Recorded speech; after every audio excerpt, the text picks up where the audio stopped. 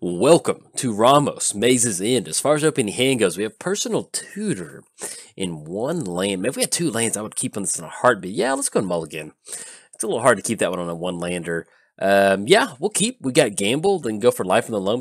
Yeah, we'll go for that. We'll keep on this one. And then Mina and Dean. Yeah, let's go and put that on the top. I'm okay with that. We're going to put that on top. Do we want to lead off with Gamble? No, because we want Mina and Dean. Let's go and lead off with the Azorius Guildgate. Yeah, get that down, then we're going to go and pass the turn. Hey, Ramos, come back, Ramos. There we go. All right, we're playing Ramos, Dragon Engine. Flying. Whenever you cast a spell, put a +1 counter. Put a +1 counter on Ramos for each of that spell's colors, and then remove 5 +1 counters from Ramos. Add double Woodburg to your mana pool. Activate this ability only once each turn. Playing against Rhys, the Redeemed. It took me. I don't know how many times I've played against him, but I've always called him Rhys. But and I'm always told that he's let's get the mana confluence down. Do you want to then get our land drops and then get down like stuff like, yeah, I'd hate to miss out on Tireless Tracker. Let's just go and pass the turn. We get the Underground Sea down, get down Tireless Tracker, get down Mina, and then we can go for Gamble, start dredging, start making those land drops. But yeah, I've always called him Rise the Redeemed, but I'm pretty sure it's Rhys the Redeemed. So we're gonna roll with it. I think that's what I've been informed. But let's go and get down Tireless Tracker. That's gonna be mana confluence and then tap out for green off that. We'll be online for the Bloodstained Mire, and then next turn we go for the Polluted Delta and get those wonderful clue tokens down. Start cracking some of those. Play against Rhys the Redeemed. Then for 3 mana, tap, create a 1/1 white and green Elf Warrior token. Then for 6 mana, for each creature token that you control, create a token that's a copy of that creature. So playing against some green-white tokens, we'll see. And then we do not get Rhys swinging in on that one. Excuse me. Let's go and get down the Underground Sea. Let's go for Mina. There's going to be a clue token off of that one. We're going to be able to play an additional land. Let's go for tap out for red, green, and then get that down. And let's go and push in for 3 with the Tireless Tracker. We don't have to worry about our opponent's completely tapped out, so we're going to be able to dink him for 3 on the head, put him down to 27. Let's go and get down the Bloodstained Mire. There we go.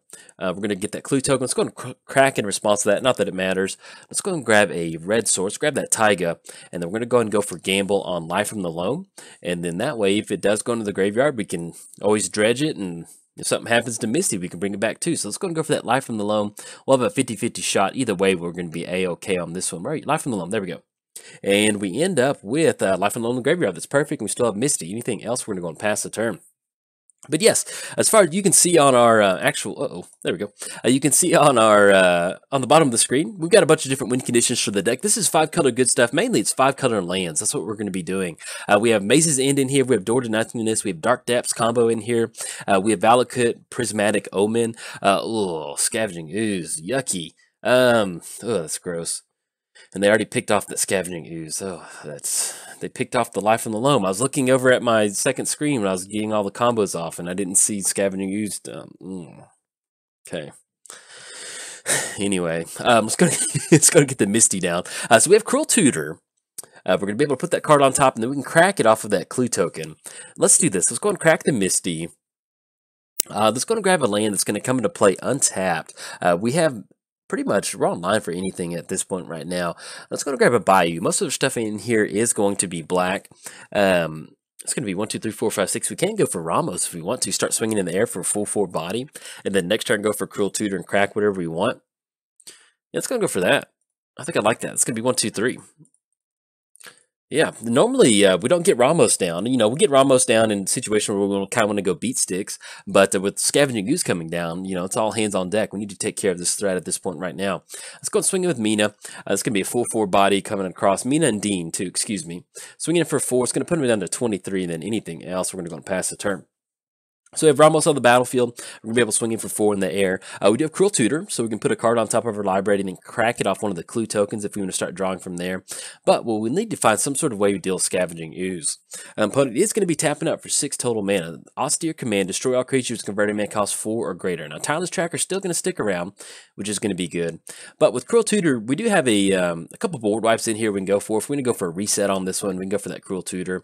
The only thing is that, unfortunately, they destroy all artifacts off of that Austere Command, so we're not going to have a clue. Ooh, Maze of Ith, wonderful. We'll still get a clue token for that. Let's get down to the Maze of Ith. We're going to get an Investigate off that one. Let's go and go for the Cruel Tutor. Let's see what it's going to help us out on this one. Let's go and tap out for Bayou, and then we'll tap out for this one right here. Let's go for Cruel Tutor. Let's get this popped out. Now, what sounds good? There we go. Okay, what sounds good? I really want to go for Damia. I think that'd be good. Let's put Damia on top. We're going to crack the clue token, draw into Damia. Yeah, I like that. Get a clue token on Tireless Tracker. That's going to make it a 4-3. We get Damia. Let's go and push in with Tireless Tracker. Is that what we're going to go for? Yeah, we're okay with that. They're going to have to double block if they want to get that going. We'll at least kind of knock away at their life total and then kind of go from there. Anything else, we're going to go and pass the turn. Let's get Ramos pop back up.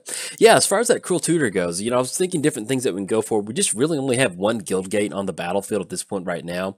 So I was A-okay with going for Damia. Now, fingers crossed, we do hit the land drop. If we hit the land drop, it's going to be 1, 2, 3, 4, 5, 6. That will be 7. So we'll be able to get down Damia and not worry about Scavenging Ooze picking us apart. And then we'll be able to start drawing some more cards. But our opponent's going to be able to start really picking us apart with that Scavenging Ooze. But I like getting down Damia. It's going to be a Death Touch 4-4, and we don't have to worry about another... Ooh, drawn to Maze, Temple of Mystery. Okay. Let's go and get that going. Yeah, I'm okay with that. Get down the... Actually, we could have gone for the Maze of It. Sorry about that. I was kind of explaining or thinking about our next line of play. Prismatic Omen. Do we want that on top? That puts us, if we do rip into Valakut or rip into Tutor, yeah, that's a pretty high impact card. We're going to put that on top. It's also going to turn on the Maze of Ith, too. Let's get that clue token going. Crack the clue token. Get a +1 counter on the Tireless Tracker. Let's go and get down the Prismatic Omen. Helps if we tap out for green. There we go. And then our lands are everything now. Let's go and push in with Tireless Tracker. That's us swinging across for 5. We're going to be able to use the Maze of Ith next turn. I won't forget about it if we can stop that combat damage from coming across. All right, anything else? No, we're going to go and pass the turn. And especially with that Prismatic Omen. So basically, that's going to combo with either Valakut or if we draw into Scape Shift. Now, they're sitting at 14. If we do rip into Scape Shift, we'll have more than enough to kind of close it out from there. The way it works is that every land is every basic type in addition to its other types. So you can see where we have a Azor Guild Gate, but it's an Azorius Guild Gate, and that's going to be Swamp, Forest, Mountain, Plains. So, it's going to allow us to basically get a lethal... some sort of damage off of either Scape Shift or just simply just making our land drops once we get down Valakut, because once we start making those land drops, that's going to be a 3-year turn.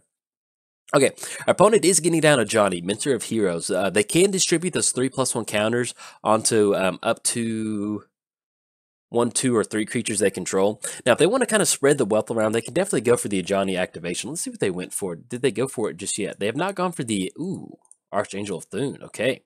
We got a little bit of a clock over here. All right.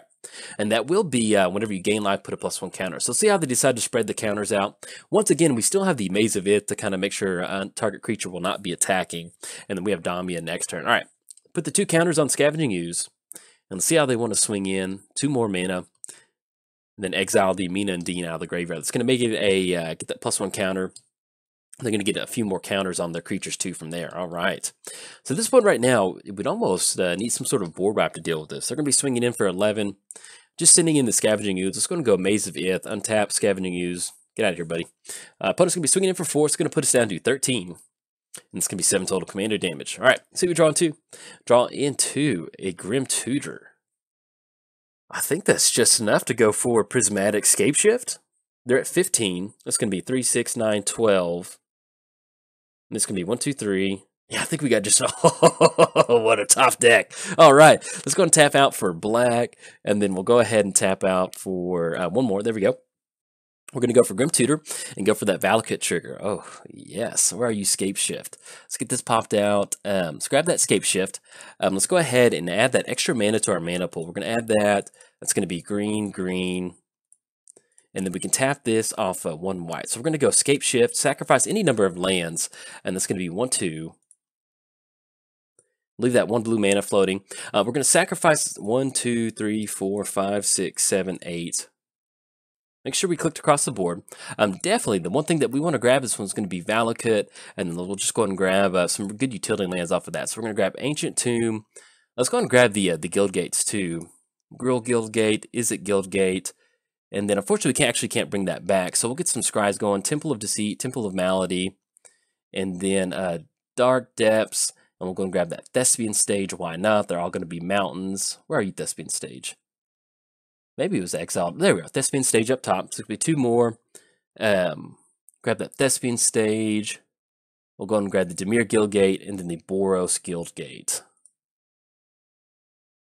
Okay, so we're going to end up with a ton of Tireless Tracker triggers up top, but the main thing is we're going to have lethal Valakut triggers because they all come into the battlefield as mountains. So we're going to get these Tireless Trackers going. You can see how powerful Prismatic Omen is in a deck like this, and then get the Tireless Tracker. We'll go for the... All right, opponent's going to scoop it up. We're going to have 3, 6, 9, 12, 15, 18, 21, 24 damage coming across off these Valakut triggers. The way it works with Valakut is whenever a mountain enters the battlefield under your control, if you control at least 5 of their mountains, you may have Valakut deal 3 damage to target creature or player. So when we go for Escape Shift, getting rid of all of our lands, they're all going to enter the battlefield as a copy. They're all going to enter the battlefield as a mountain. So that's all Valakut cares about. Using Prismatic Omen is going to turn all of these into mountains. We're going to be able to deal that lethal damage. Let's say that we didn't have enough lands to go for lethal. What Escape Shift works is we still were able to search up Dark Depths and Thespian Stage, so we had a lot of options still at our playbook. And with Scavenging Ooze, you know, if we wanted to, we could direct all of these Valakut triggers at Scavenging Ooze, but more than likely we're going to send them up top to go ahead and close it out. But as far as going for the Maze's Endwind, unfortunately with Life from the Lump getting exiled, it's going to be a little bit hard for us to bring the Azorius Guild Gate back out. But you can see where we can still close it out with Escape Shift and something like that. So, if you enjoyed the video, like and subscribe. Thanks. Bye. Oh, and also, happy birthday to Jonathan Lopez. Sorry, I got so wrapped up into the video that I completely forgot. Anyway, happy birthday. You requested Ramos, a special build of Ramos, but I didn't have time to kind of throw that together, so I still went ahead and played Ramos for you. So I hope you enjoyed that nice Valakut win. Sorry, I had it on my little note card to say happy birthday to you, but once I kind of jumped into the video, I completely forgot. So anyway, happy birthday, and if you enjoyed the video, like and subscribe. Thanks. Bye.